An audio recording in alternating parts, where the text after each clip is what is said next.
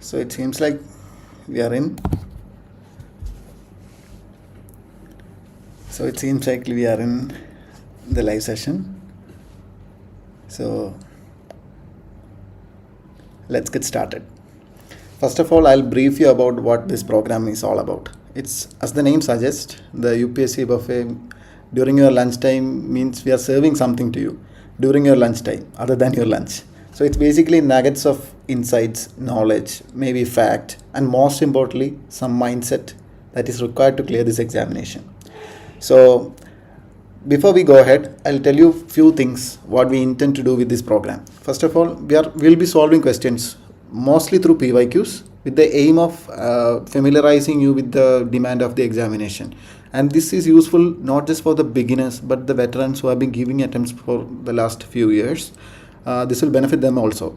So we need to develop a mindset where we came to know that how the questions are being asked and how we can answer them, and where we rely on very much available knowledge and mostly application of that knowledge, maximizing the output from the minimum or whatsoever knowledge that we are having with us. So that's the basic aim of this program. So we won't be going in depth to the concepts and other things in this week. In the coming weeks, when we take up the subject-based questions, we'll be discussing deeper into the concepts and how to approach them and how to learn them more intuitively rather than mugging them up. So that's all about this program as such. And now we are going to start with our first question. So the first question is, which one of the following makes a tool with a stick to scrape insects from a hole in a tree or a log of wood? Most of you might know the answer from the first sight itself. But to those who don't know, I'll tell you how to look at this question. First of all, which one of the following makes a tool? So it says about making a tool, then you with a stick to scrape insects from a hole. This approach very much looks like an animal who has an arm to do that. A dexterity of an arm helps us do this thing. So in this option, which all species has arms actually? Fishing cat, they don't have an arms per se, they have limbs, so it's out. Then orangutan, yeah. Otter, it doesn't really have a proper arm per se, and otter, very less chance of scraping insects from the hole because it's mostly aquatic. Then sloth bear also has an arm, and so we are effectively reduced to these two options, as in orangutan or the sloth bear. Among them, making a tool that needs some level of ingenuity, a human-like ingenuity, and our closest living relative for that matter is orangutan. So I would prefer to go with orangutan, even though sloth bear seems probable because it seems more probable. Most of the time we cannot end up in a question or choose an answer based on 100% conviction. But here, all the directions, facts, and all the options we have right now, all the clues are directed towards an animal, mostly a primate, that has got an arm, that has got the dexterity of the arm as well as an ingenuity to make a tool with a stick to scrape insects from a hole. So definitely this is going to be an orangutan. There is no doubt about that actually. Sloth bear makes a good proposition, but it doesn't really make much case when it compared to orangutan. So the answer will be orangutan.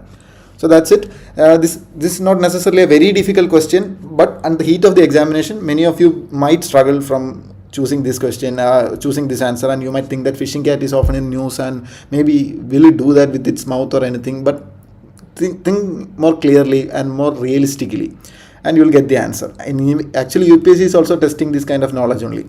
And from this, the takeaways is that you don't have to study all the species out there. Of course, you have to study those endangered species, IUCN endangered species, or the threatened ones, especially the critically endangered one. But the takeaway from this is you have to have an understanding about primates in general. What are primates? What makes it different from apes? So the chimpanzees, the orangutans, and other baboons, and I think baboons, and those sort of species, you need to have an understanding about primates. So while learning through things or going through the news, especially if there is any news connected to primates, for example, this monkey fever, Casanova forest disease, monkey fever, things like that, and this can be asked. And not directly, but that particular knowledge will help you clear other questions. So have an understanding about primates and ape. Primates, and that includes monkeys and apes. Okay, so that's all that's all about the takeaway from this question. But you don't really need to know anything about a species in particular. You just have to use your common sense in the examination, and it is actually not very easy to apply that when you are in the heat of the examination. You will be having multiple questions sprinkled here and there like this, but on the heat of the examination you might overthink, or you might try to rely on your knowledge rather than the normal sense you have, and you might make it a mistake. Don't do that. So that's where the mindset part of the examination comes in. So have a clear mindset. Good composed mind will help you clear most of these kind of outlier questions in one go. And you might take 2 rounds for that. You don't have to straight away jump to the answer. Just wait for it and mark it for review, then come back and then attempt the answer. Okay. So that's how we end up with this answer. You could use elimination to eliminate these two, fishing cat, and you can eliminate fishing cat, then otter. Then sloth bear, we know it has got an arm, but it doesn't really stand up. It walks on its 4 feet. So orangutan makes a better case, and in this case, the right answer. So that's it. The next question follows the same suit. As in, certain species of one of the following organisms are well known as cultivators of fungi: ant, cockroach, crab, and spider. Here actually UPSC has got a clear theme.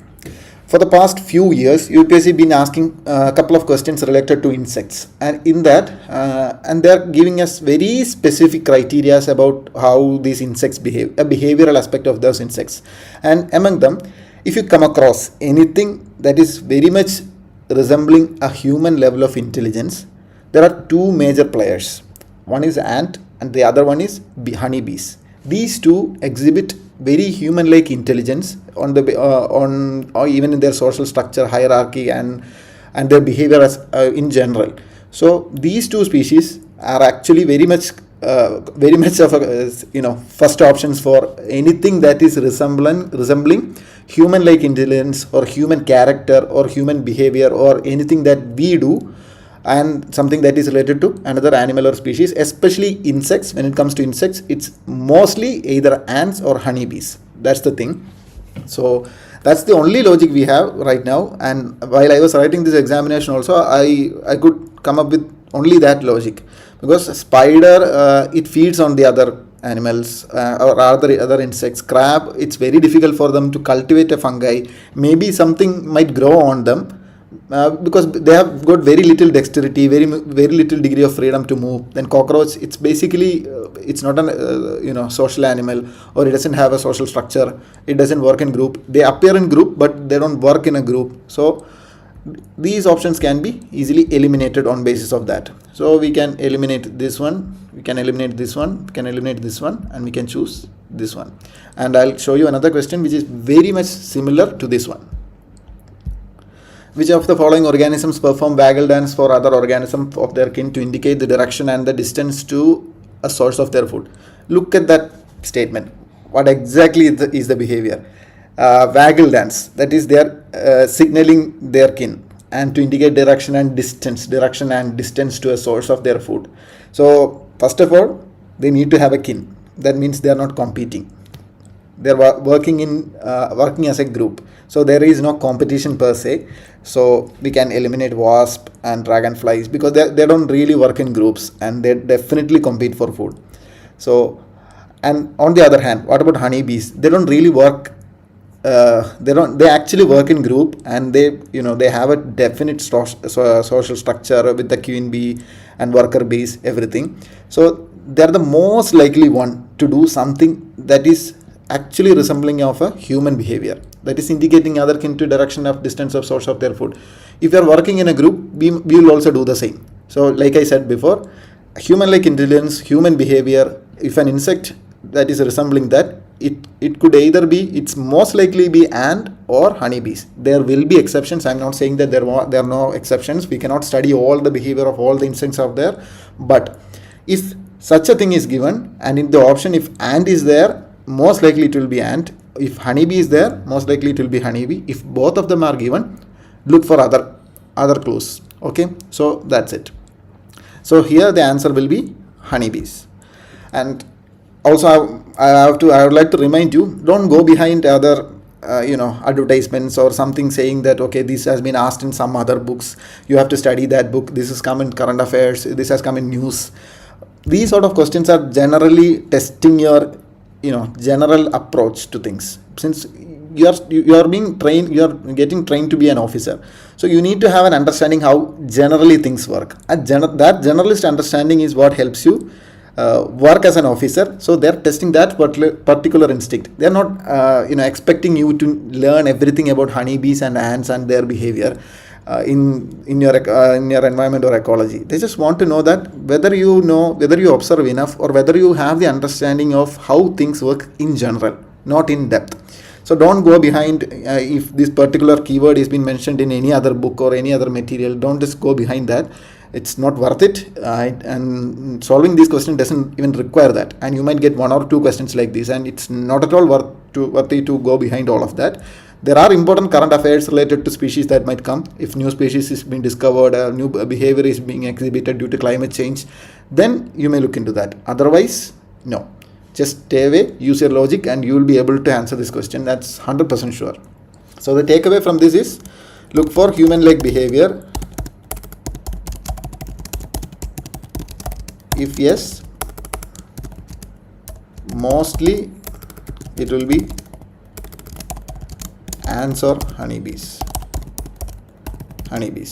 Okay, so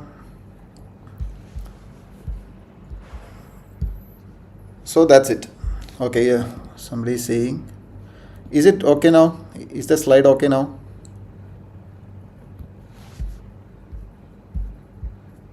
Is the slide visible now?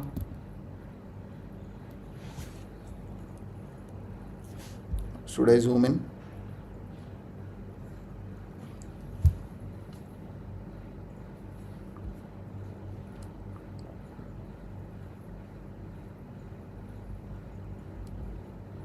Okay, we'll go ahead with the next question, and this is slightly tricky to answer and to figure out. First of all, the question is very lengthy. I think it came in 2022 prelims examination, and it's slightly on the trickier side, mainly because the question is very large. That's the first thing.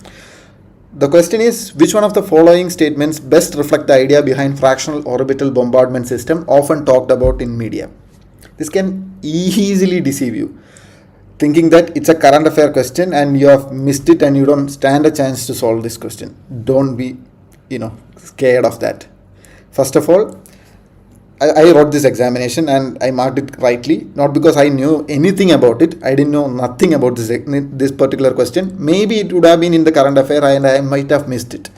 Somebody, if they have read that, good for them, they can easily go into the answer. But it's not really the practical approach to approach these questions.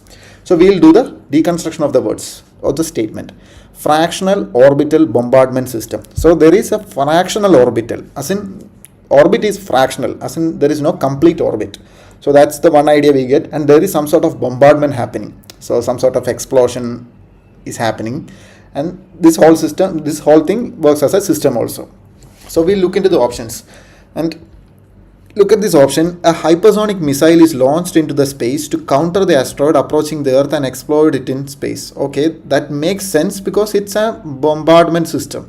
Because it's a hypersonic missile launched into space to counter the asteroid approaching the Earth and explode it in space. Okay, that makes sense. But what about this orbit thing?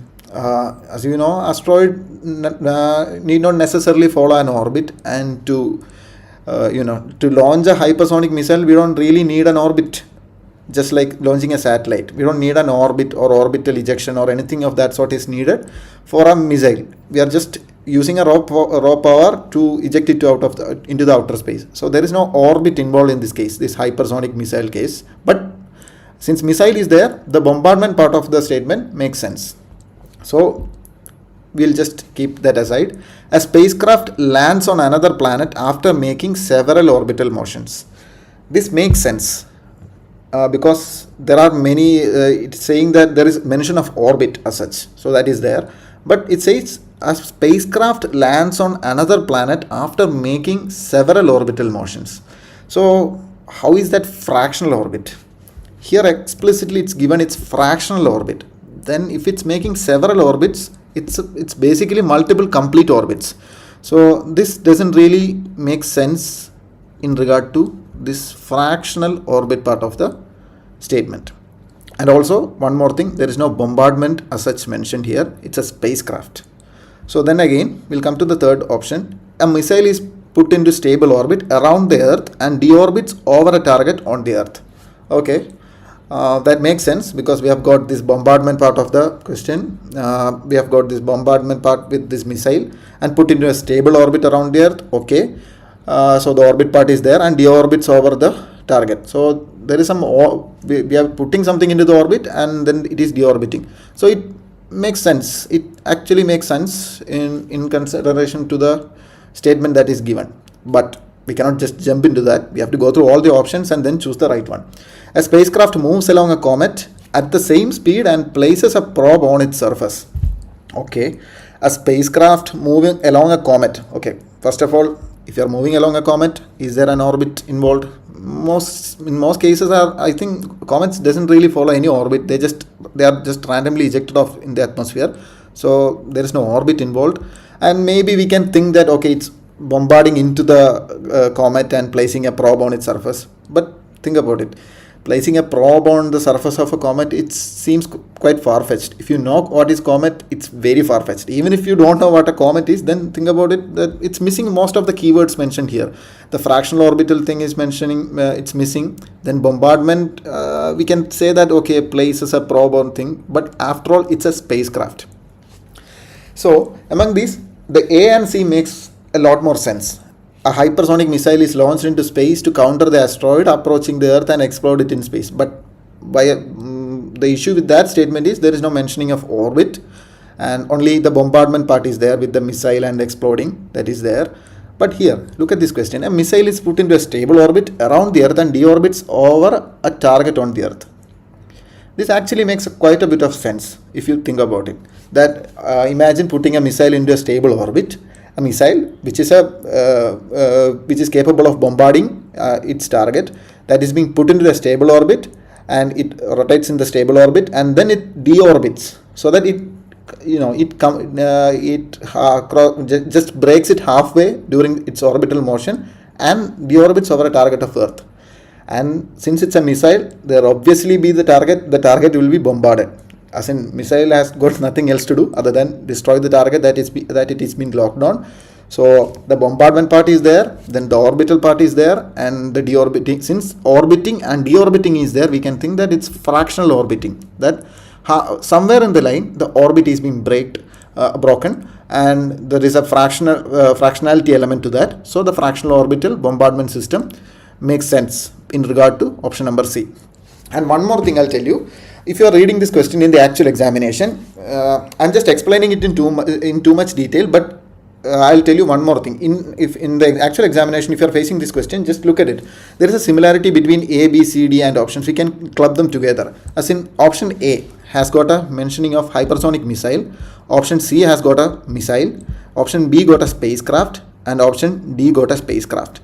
So since bombardment is there, our focus should be given to something that is fissile in nature. So it's hypersonic missile. So our focus should be given first to A and C because there is a bombardment mentioned here. So we can see that. Since the options given have got a paired nature, that there is a missile, then comes a spacecraft, then a missile, then a spacecraft. So we can see that somewhere in the line, it could either be a spacecraft or a missile. It cannot be anything other than this, or it could like most likely if you could eliminate an option with spacecraft, the other option will also be wrong most likely. So we choose the third option based on deconstructing the words. So the takeaway from this is there might be few elements where you might need to know. There might be few technologies that are in place which uses missile technologies that uses long range short tail missiles or things like that. You need to be familiar with that if anything like that is mentioned. For example, there is a mentioning of direct energy weapons, recently to counter drones. Things like that will be asked. Okay, yeah, can I assume that no country have the right to explode in space because it's common space no belong to? Actually, we can't really say that, because there is an issue with that. The logic is right actually to think about it, but one issue with that is even most of the satellite deployment, satellite launching, everything actually emits or explodes emits some level of debris or anything to the atmosphere, and that in itself is another part of agreements, outer space treaty, things like that. So we cannot really say that, because countries are using this as a destructive method. So we cannot say that they won't be using space for arms purposes. They could be using it. So that's a good way to look at it. Have an idea about that. It might come handy in other questions, but in this particular question we have to focus more on this fractional orbital. Deconstructing the words is all that matters, because since the word itself is, the statement itself is very large, we have to deconstruct it. As in, UPSC is giving us an idea that just deconstruct this word, and we want to know how smart you are with the deconstruction. Actually, that's the aim with this question. But having knowledge of course helps, and the kind of logic that you have given, it's good only. It's good only, but not really relevant in this particular question. So takeaways are like direct energy weapons in drones and hypersonic missiles, major hypersonic missiles, and then missile technologies in general. Also, it's connected to this, that what are these solid state propellants, solid stages, liquid stages, and cryogenic upper stages. Having an idea about solid stages, liquid stages, cryogenic upper stages, this is not directly connected to this question, but something related to launching of spacecraft, and those sort of questions can be asked if we have an idea about how solid stages work, then liquid stages work, and then cryogenic upper stages work. Why we use the solid stage in the first stage, then liquid stages in the second stage, and then cryogenic upper stage in the third stage. If you have an idea about that, you don't have to memorize all of this. In PSLV has got the first stage is solid, then the second stage is liquid, and what is this Vigas engine? All of those confusions will be gone if you are aware about these solid, liquid stages and cryogenic upper stages.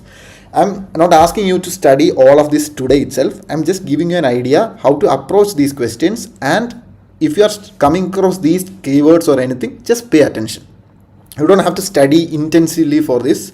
Just I'm giving you an idea on how, if at all you come across these terminologies like hypersonic missiles and missile technology and direct energy weapons for drones and solid stage or solid stages, liquid stages, etc., just try to learn about it. Okay, it will help you in answering or eliminating answers. You might not get direct questions, but it helps you eliminate the answers if the questions get very technical. So that's it. Moving on to the next question. It's a very easy question, but the issue with that is people who have some level of knowledge tend to mark it wrong. That's why I chose this question. Given to an untrained person, somebody outside the UPSC circle, and they will be directly answering the question, no issues with that. But if you are in the UPSC circle, I have been learning few things, and this knowledge sometimes can bite you in the back. So that's why I chose this question. If rainforests and tropical forests are lungs of the earth, also they are giving an example. Okay, so if rainforests and tropical forests are lungs of the earth, it's like a metaphor. Then surely wetlands function as its kidneys. Okay, that's giving us as a statement. Which one of the following functions of wetlands best reflects the above statement? Okay, we all know what's the function of kidney. Kidney basically filter impurities from our blood, and we eject it in the liquid form. So that's the basic function of kidneys. But if somebody is more aware about human anatomy or anything, they might think that kidneys functions are not just limited to filtration or elimination of waste. The same way, they are actually oversimplifying the statement, saying that if tropical rainforest are lungs. Okay. Rainforest, tropical forest, lungs. Okay, lungs has got multiple purposes, but rainforest and tropical forests are equated to lungs. Why? Because they emit oxygen, or they maintain the oxygen balance of the earth. Oxygen, carbon dioxide balance of the earth, the same way our lungs does. So we are not going to the details of what kidneys actually do or what lungs actually do. They just equated a statement, and they just want to know what exactly wetlands do in this process. The water cycle in wetlands involves surface runoff, subsoil percolation and evaporation. Yeah, it's true, but how is it relevant? So it doesn't best reflect, or it doesn't reflect at all about this particular statement, wetlands being kidneys. Okay, algae form the nutrient base upon which fish, crustaceans, mollusks, birds, reptiles and mammals thrive. It's right only, but it's not relevant to this particular kidney part of the wetlands. Wetlands play a vital role in maintaining sedimentation balance and soil stabilization. This is where it gets tricky. Sometimes people who know what kidneys does, they actually maintain the osmotic balance in the body, and they do a lot of things, fluid balance, everything is being balanced by the kidneys. So if you think about it, and somebody who has got an idea about kidneys, they might think that, okay, wetlands play a vital role in maintaining sedimentation balance and soil stabilization. Yeah, that makes sense. Actually, that makes sense. So this could be right. Then we go to the other option. So since we have 4 options and we are asked to choose the best one, we have to go through everything. And in this case, in these cases, most of the statements they will be giving will be right only. There won't be particular wrong statements given. The statements will be right only. We have to choose the one that best reflects the above statement. So that's the challenge in front of us. So the third statement makes sense. Actually, all 3 statements make sense. And third statement actually is very much connected to the kidney, wetland being kidney part of the question.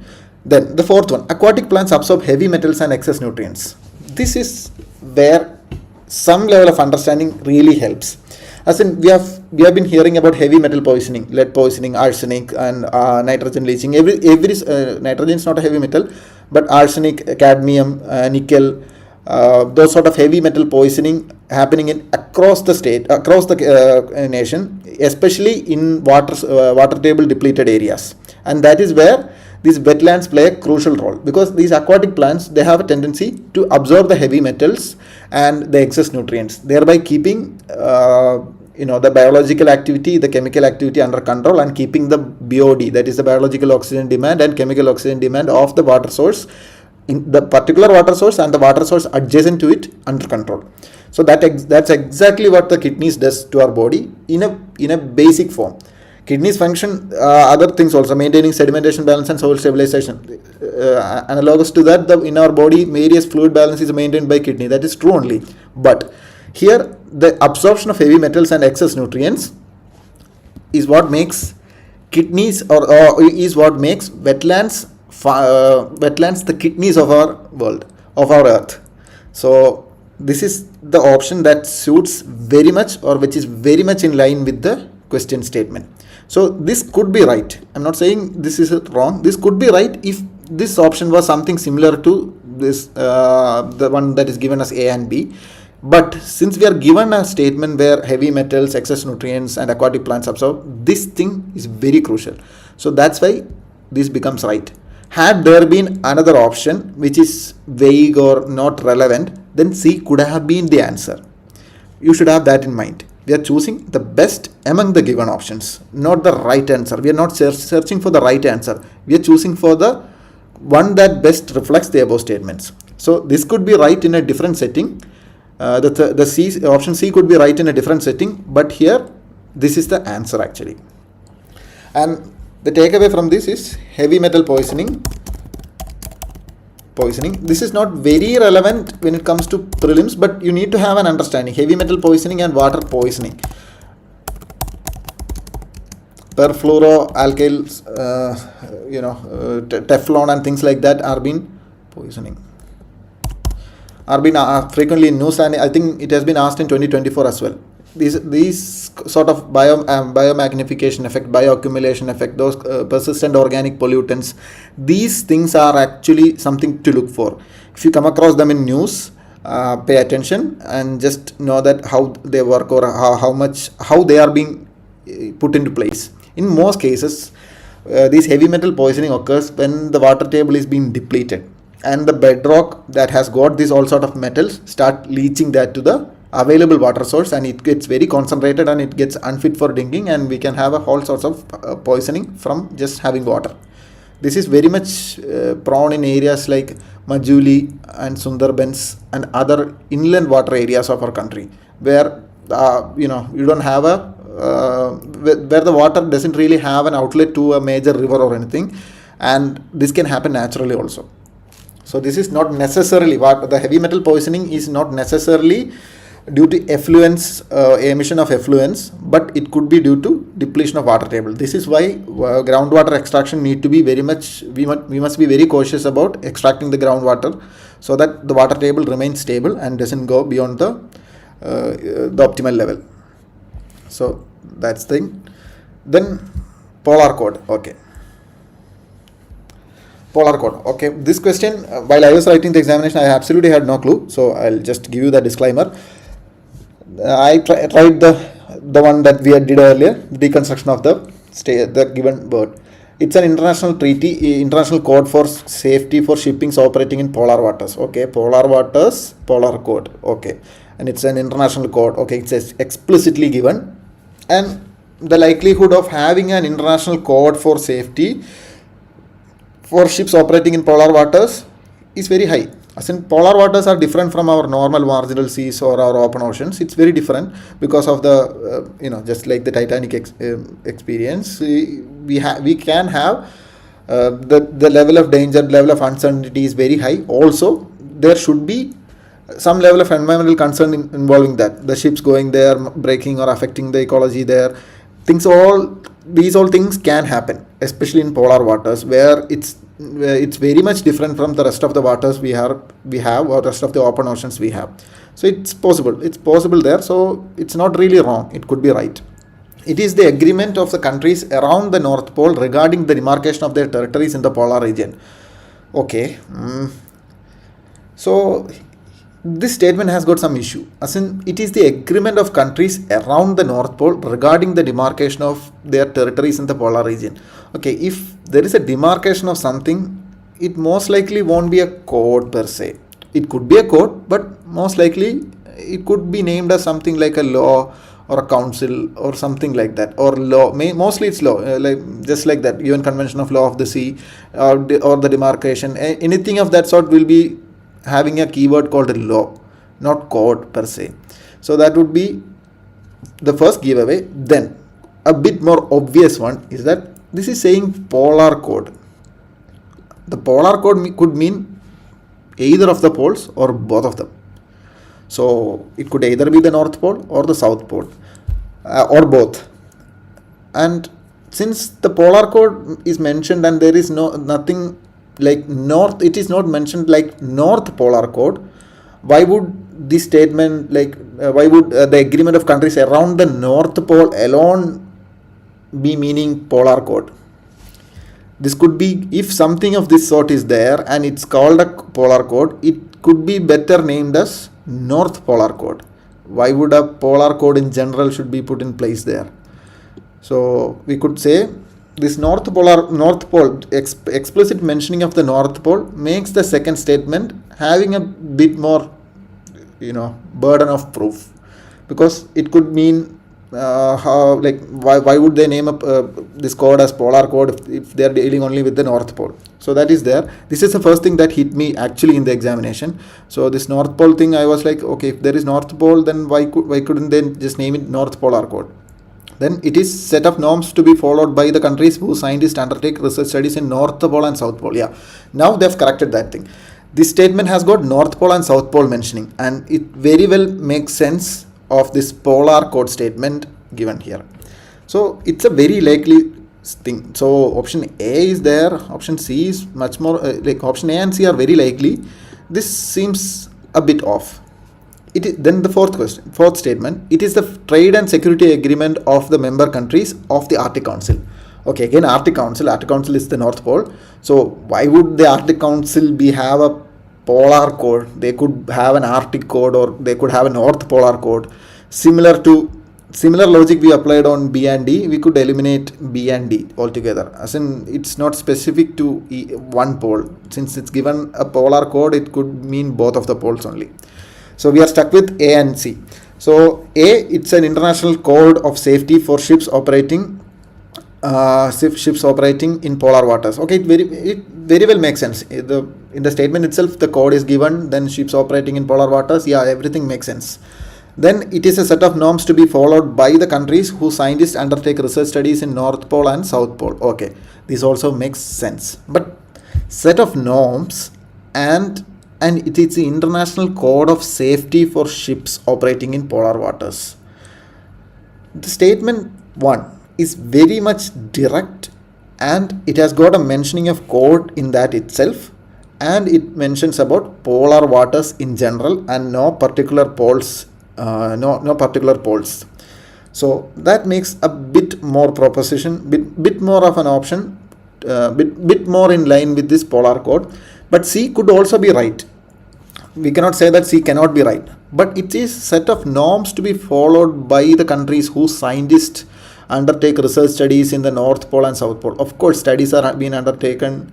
I don't think there is studies undertaken in North Pole. In South Pole, we have got, in Antarctica, we have got research stations. So studies in North Pole and South Pole, it doesn't really make sense. The studies are mostly focused on the South Pole only. North Pole region is basically not that much studied. It's still there, but since a lot of countries have got their open access to it, it's not a global common or anything. So most of the studies are being limited to the South Pole only.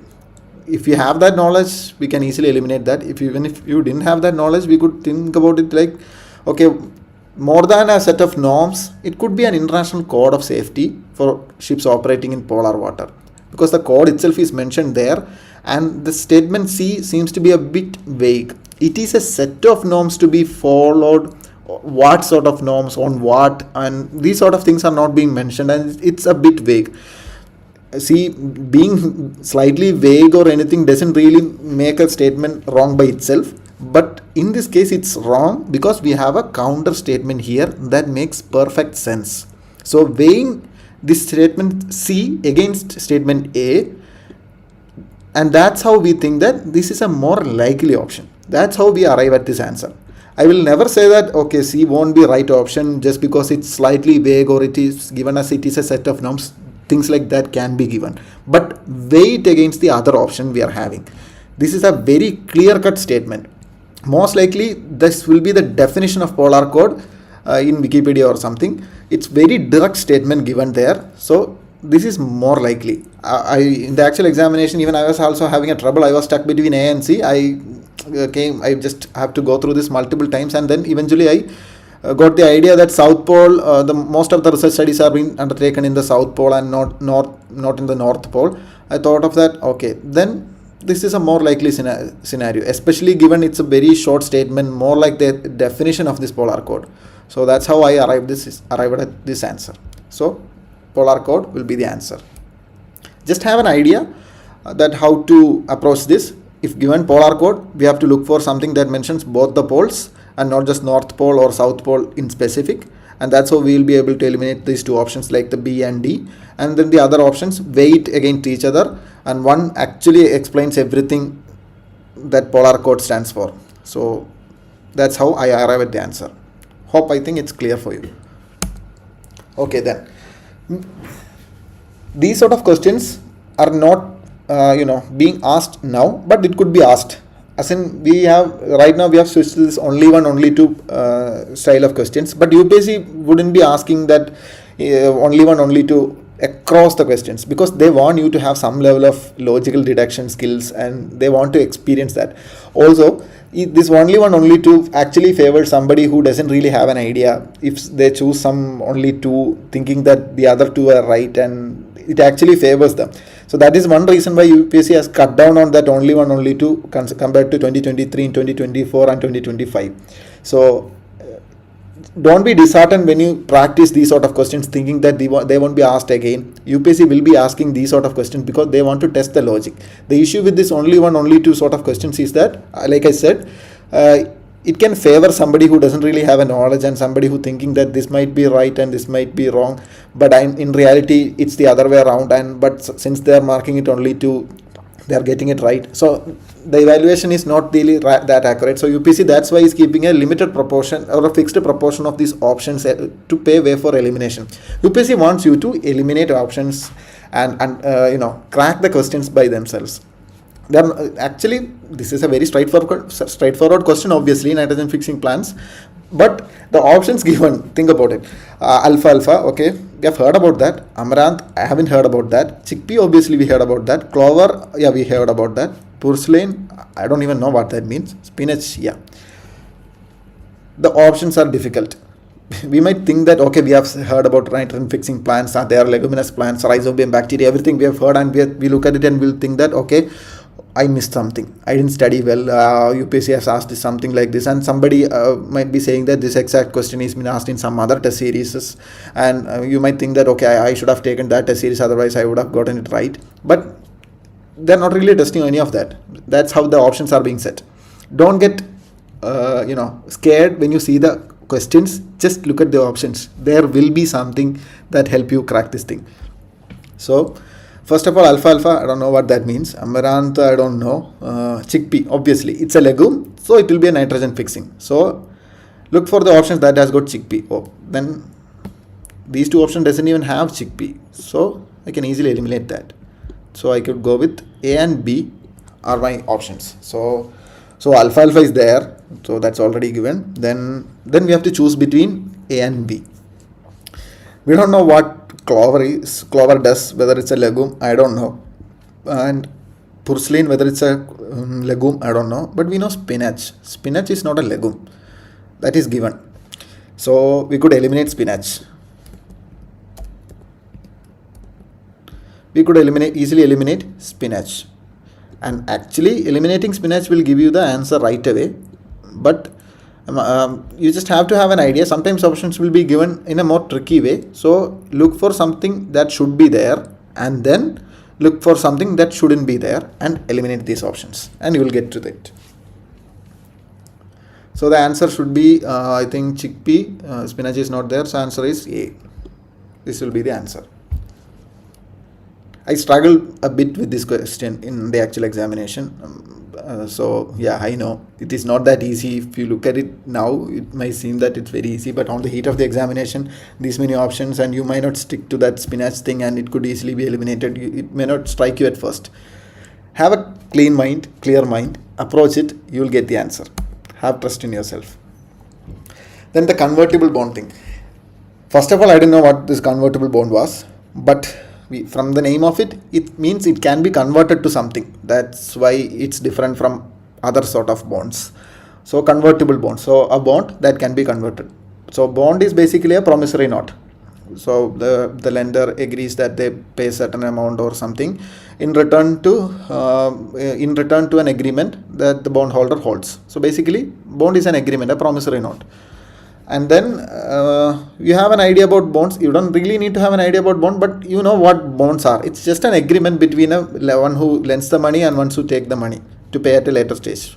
So as there is an option to exchange the bond for equity, convertible bonds pay a lower rate of interest. Yeah. This is where the basic of economy comes in. Risk and reward. We all know that where the risk goes up, reward goes up. Where risk goes down, reward goes down. That is the reason why FDs, being very less risky, offer very less interest rate. On the other hand, stocks, mutual funds, they offer a higher interest rate, but they are more risky. Risk reward, they are directly proportional in economy, and that's the only logic you need. As there is an option to exchange the bonds for equity, convertible bonds pay a lower rate of interest. Yeah, because there is an option. Having options means reduced risk. So having an option to exchange the bond for equity, convertible bonds play a lower rate of interest. Yes, that's the right statement.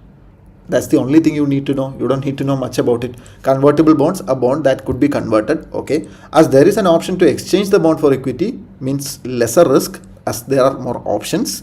Convertible bonds pay a lower rate of interest because convertible bonds are safer option compared to conventional bonds because it's that could be exchanged.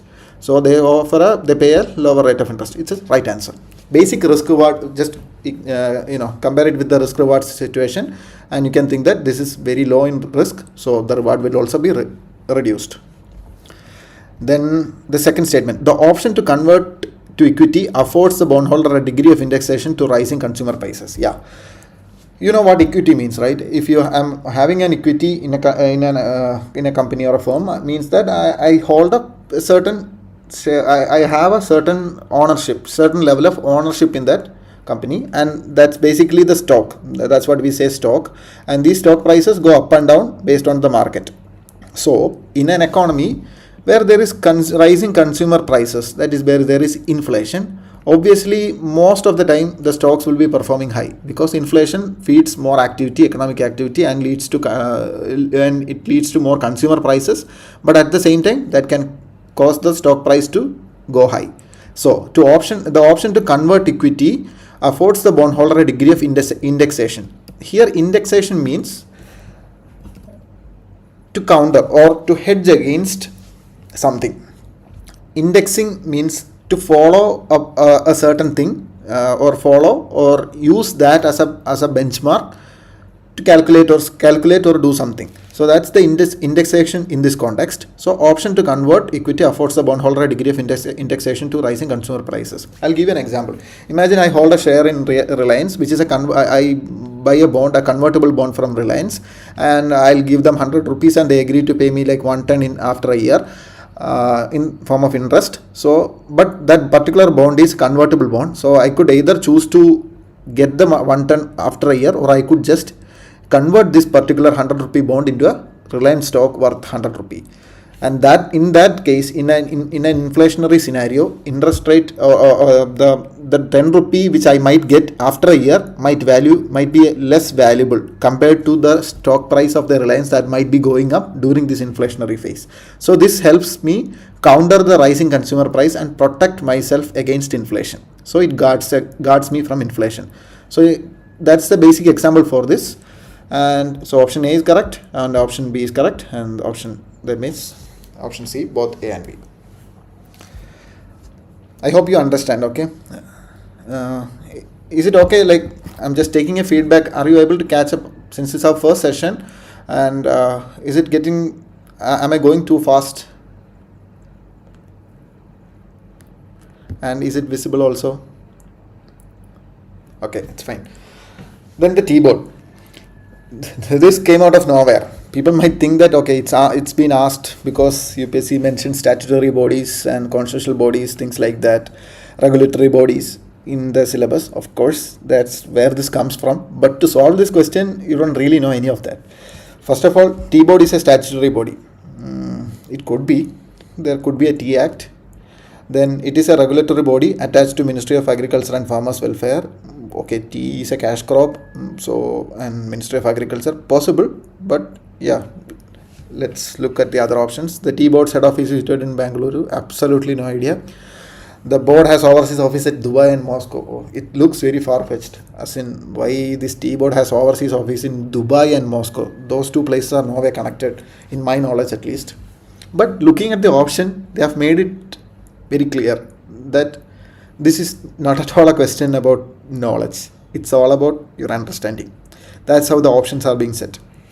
Only 2 statements from these 4 options are right. We have to choose those 2 and start with eliminating them. That's the easiest thing.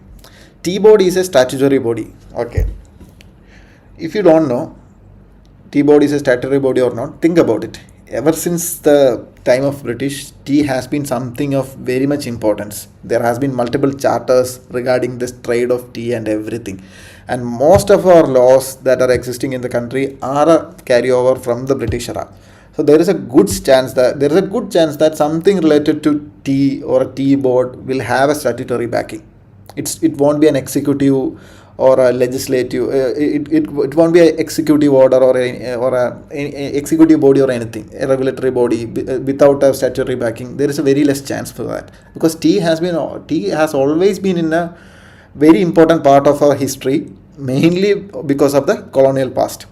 So tea board is a statutory body. It's a very likely scenario. And the second option, it is a regulatory body attached to the Ministry of Agriculture and Farmers Welfare. Pay close attention. When ministries are often asked, be very careful, because it could be wrong. I'm not saying that it will be wrong, but it could be wrong, and you have to think about it like that. Is there any other ministry that could be a body, that could be a regulatory body for tea board? You have to think about it like that. And if you can come up with an answer, then think twice. That's the thing.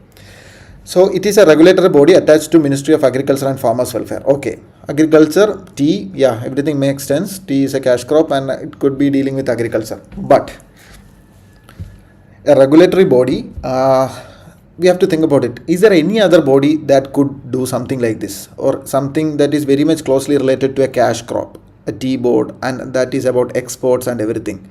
So there are other bodies actually. If you think about it, when it comes to agriculture produce, mainly two ministries are in place. That is Ministry of Agriculture and Ministry of Commerce. So mainly these cash crops and anything, most of the things related to cash crops are being dealt by Ministry of Commerce only. This is a general logic which you can apply. If you're having a doubt with a particular ministry, and if you can think about another ministry that could have the same functions as this one, or that suits the question demand, then it could be right. And the general trend is Ministry of Agriculture, Ministry of Commerce. They are given mostly switched apart, and the same is applicable to Ministry of Chemicals and Fertilizers, because they are the ones handling pharmaceutical sector, not Ministry of Health, things like that. So having an idea about ministries help in general. Solve multiple, to get an idea about that, it's better to solve test series. That's the easiest way to do it, rather than studying what all are the jurisdictions of each ministry. It's better to take test series. Also, if you come across any body randomly, if you're watching a video or somewhere you are getting mentioned about any body, just check that this comes under which ministry. Having an idea will help you, generate some insights on that. The same way goes to Ministry of Environment and Ministry of Earth Sciences. Most of their jurisdictions are overlapping, and their functions have sometimes overlaps. We might think that it belongs to Ministry of Environment and Forest Science, but in reality it might be Ministry of Earth Science. Things like that can happen. So these are the general ministries which can be twisted or replaced by another ministry. So since I know that there's a good chance that Ministry of Commerce would be handling something like this, I thought this would be less likely scenario. So I'll choose A is right only. So I'm left with A and D. So these two options are already gone. Then the T-Board's head office is situated in Bengaluru. Okay, Bengaluru, many of the offices are situated in Bengaluru and Hyderabad. That is there. Even though they are landlocked and they are inside, and many of the head offices are situated there. But since Tea Board, most of the agricultural bodies like Tea Board, Turmeric Board, these kind of boards are located where in a state or a place in general where there is, the production of that particular cash crop is high. For example, the Turmeric Board is being set up in Nizamabad, Telangana. That is because they are a major producer of turmeric, not necessarily the largest producer, but they are a major producer with a large farmer base and everything. So there is a good chance that Karnataka is a tea producing state, obviously, but Tea Board's head office situated in Bengaluru, it's questionable. It could be West Bengal or somewhere there. Darjeeling tea or something of that sort could be there. And since we have assumed that Tea Board is a statutory body and it has got some colonial heritage, the head office couldn't be in Bengaluru, some place that the colonial past has there. So it is less likely it could be in Bengaluru. Okay, it could be right, but less likely. Then fourth one, the board has overseas offices at Dubai and Moscow. Yeah, this is where it gets very insightful. The board has overseas offices at Dubai and Moscow. Think about it. Is there a possibility? Think about the possibility. Yeah, board has overseas offices at Dubai and Moscow. It is possible, but we are not able to get a connection between Dubai and Moscow. But think about it. These two places are no way connected. This is a counter logic. These two places are no way connected, and since they are being given, there is a good chance that will be right. Because if they are giving some false options, they could have chosen some other places, and due to our colonial legacy and everything, we have overseas offices at Dubai and Moscow. It's a very likely scenario. This is how having an idea about UPSC vocabulary helps you understand or crack these questions. So it has got overseas offices in Dubai and Moscow. It's a right statement, and then this is right also. Then even though I don't know about tea offices in Bengaluru, I kind of know that this could be Ministry of Commerce.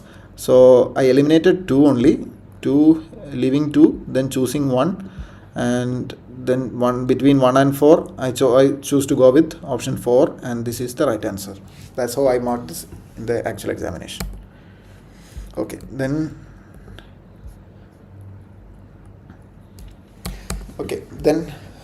since we are running out of time, we'll just go to the mains practice questions.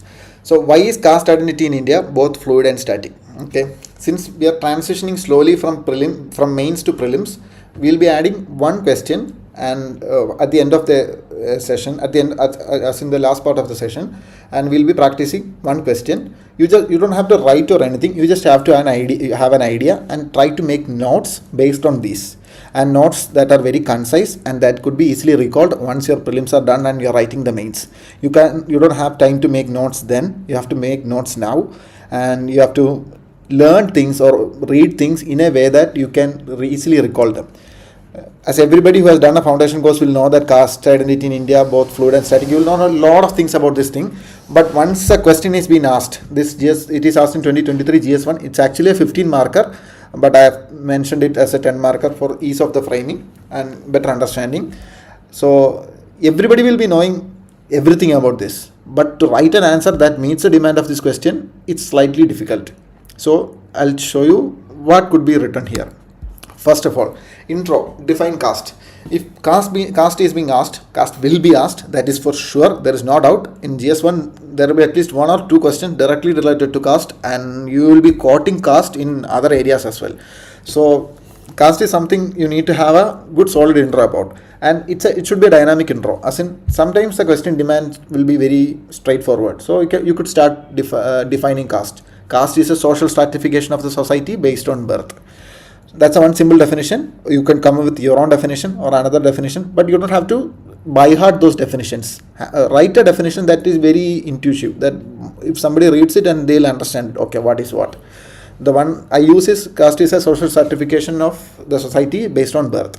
Then you could call, in this particular case, if there is something being asked on caste violence, you could use NCRB data, NGO data, etc. If caste violence or caste atrocities is being mentioned, you could quote that. But in this particular case, defining the caste is actually easier option, and then anchor it with the question statement saying that, okay, why caste identity is both fluid and static. You could just easily mention that. Then give a heading and write the reasons or instances where caste is being fluid. Okay. So there are basically 2 parts to this question, caste being fluid and caste being static. So the fluid part of the question, why caste is being fluid?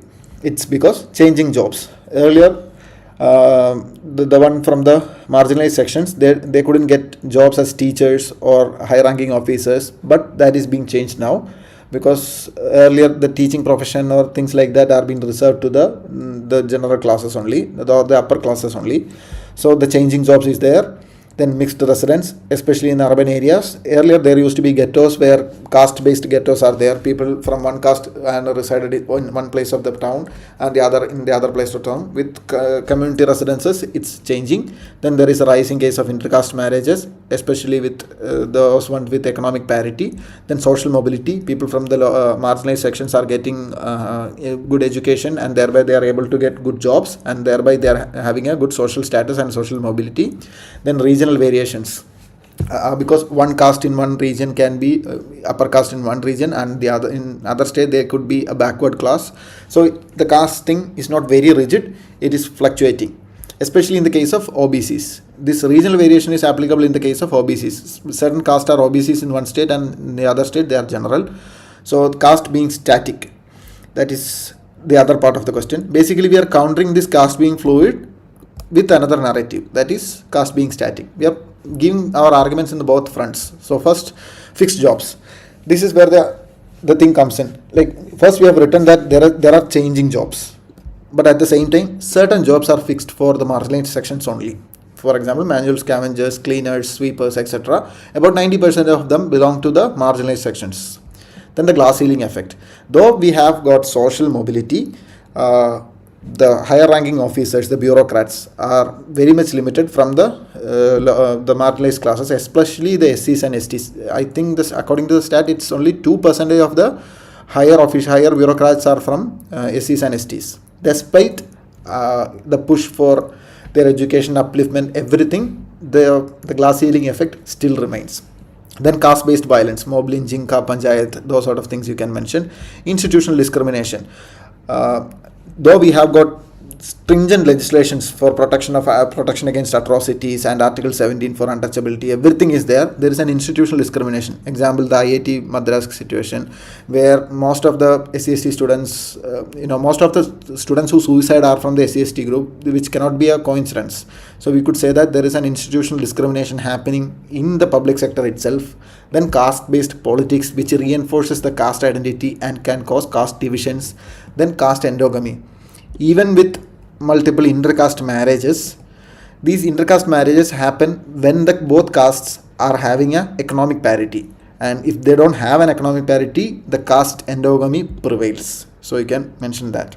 And in conclusion, you can say that caste is a social evil which must be eradicated through sensitization, social and economic mobility, and you can quote Jati Nahi Adhikar campaign, then anti-lynching legislation, breaking stereotypes. So, example like Kerala, there was a minister usually which is being reserved to a higher caste minister, is currently held by somebody from a marginalized section. So you can quote all that, and these are the steps in the right direction to address the issue of caste-based discrimination and for an egalitarian Indian society. So that's something you could write as a example in the conclusion. Since it's a 10-mark question, your conclusion could bring in either of these examples. You don't have to write all of these. Just mention caste is a social evil eradicated to sensitization, social and economic mobility, and steps like breaking the stereotype, Kerala there was a minister, is a step in the right direction, or mention Jati Nahi Adhikar campaign are in the right direction. That's all it takes. And all of the a holistic answer requires not much points, but a diversity with a good examples, with a base of good examples, and you can bring in good examples to these. The next day onwards, we'll be practicing more questions, and the mains practice will be done also. So stay tuned, and we'll see you soon. Thank you.